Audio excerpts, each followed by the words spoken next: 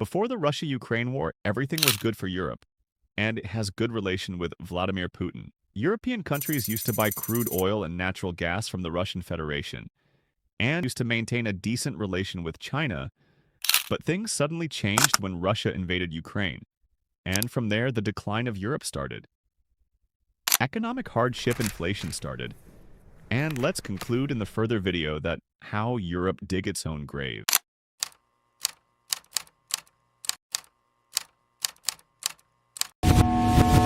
The Europe economy was flourishing in the 20th century. Some countries like Germany was considered the power grid of Europe. France is stronger military-wise, but after the start of Russia-Ukraine war, the US urged Europe to boycott Russian natural gas and to stand with Ukraine. Even the European countries like Germany, France, UK all sanctioned the Russian goods, but it ended up costing their people and economy.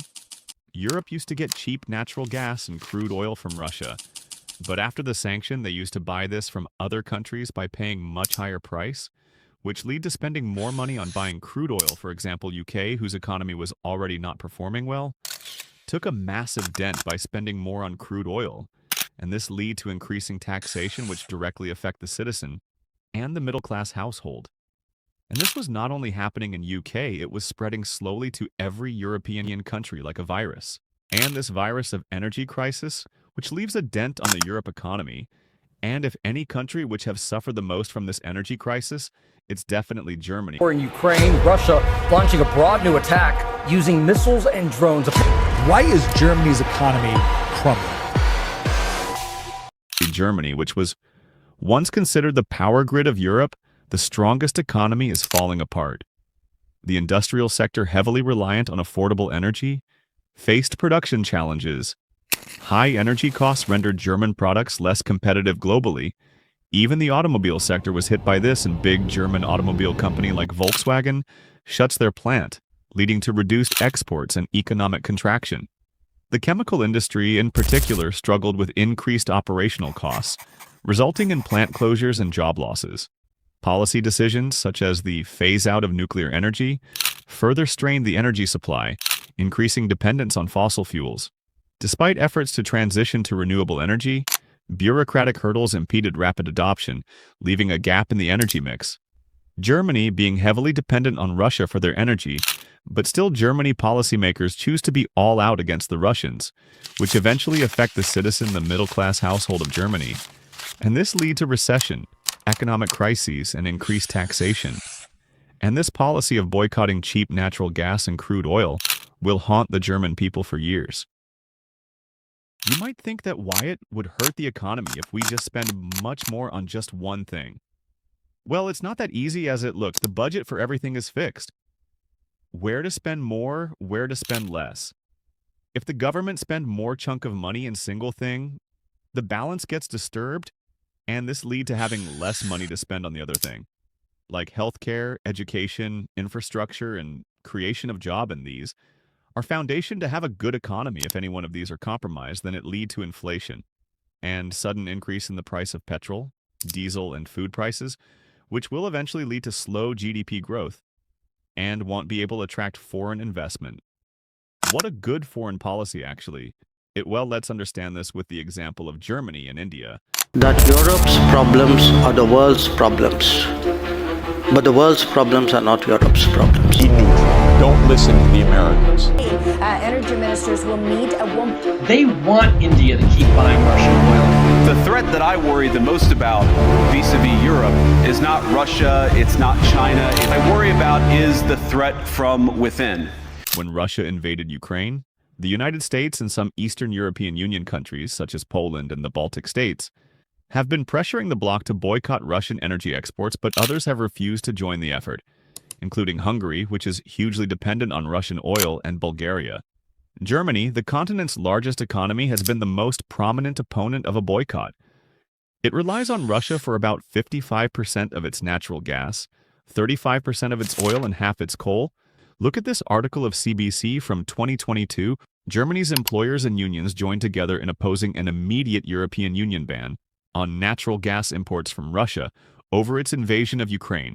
Even though their economist knew it would hurt their economy, Robert Habeck, Germany's vice chancellor and economics minister.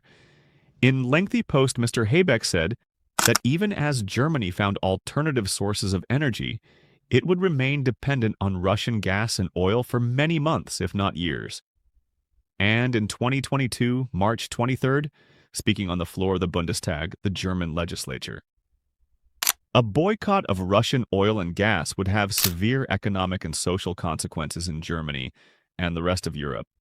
Chancellor Olaf Scholz told lawmakers to end its reliance on Russian natural gas as quickly as possible, but said to do so from one day to the next would mean plunging our country and all of Europe into recession. Hundreds of thousands of jobs would be at risk, he added. But still, Germany chose to listen to others and not to take a stand for themselves. Crossing the border of Ukraine again, then there will be no longer a Nord Stream 2. We will bring an end to it. How will you do that exactly, since the project and control of the project is within Germany's control? We will, I promise you, we'll be able to do that. But what if I told that even after boycotting Russian crude oil, they import Russian oil from other countries by paying much higher prices? Even though Germany says it won't be buying Russian oil at all in 2023, Germany start importing Russia crude oil through India. Now here's the catch.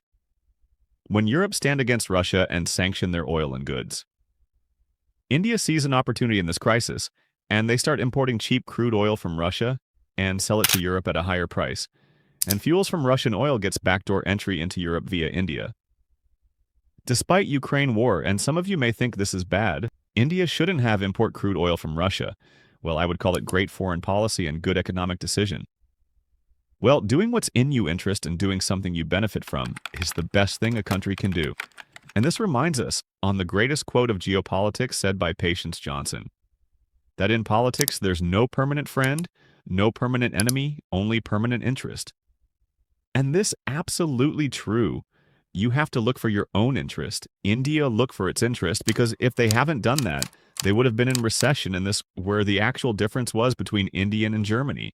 Germany, being dependent on Russia, still choose be against the Russians and didn't think for the sake of their people and the sake of their business.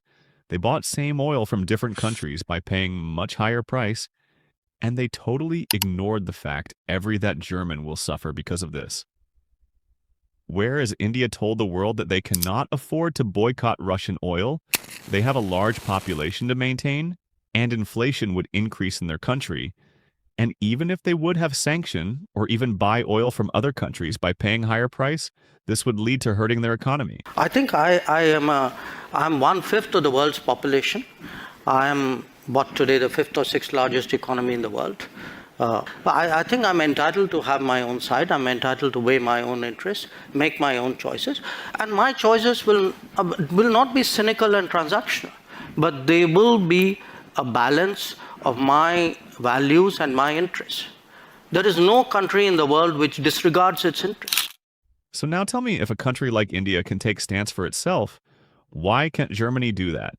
Why don't Germany policymakers think about their people and work on their own interest? And you can tell that German leaders and their economists, they don't the aftermath of this bad foreign policy. And bad foreign policy doesn't only mean to enter into every issue taking such action that would hurt the economy. It also means being heavily dependent on others.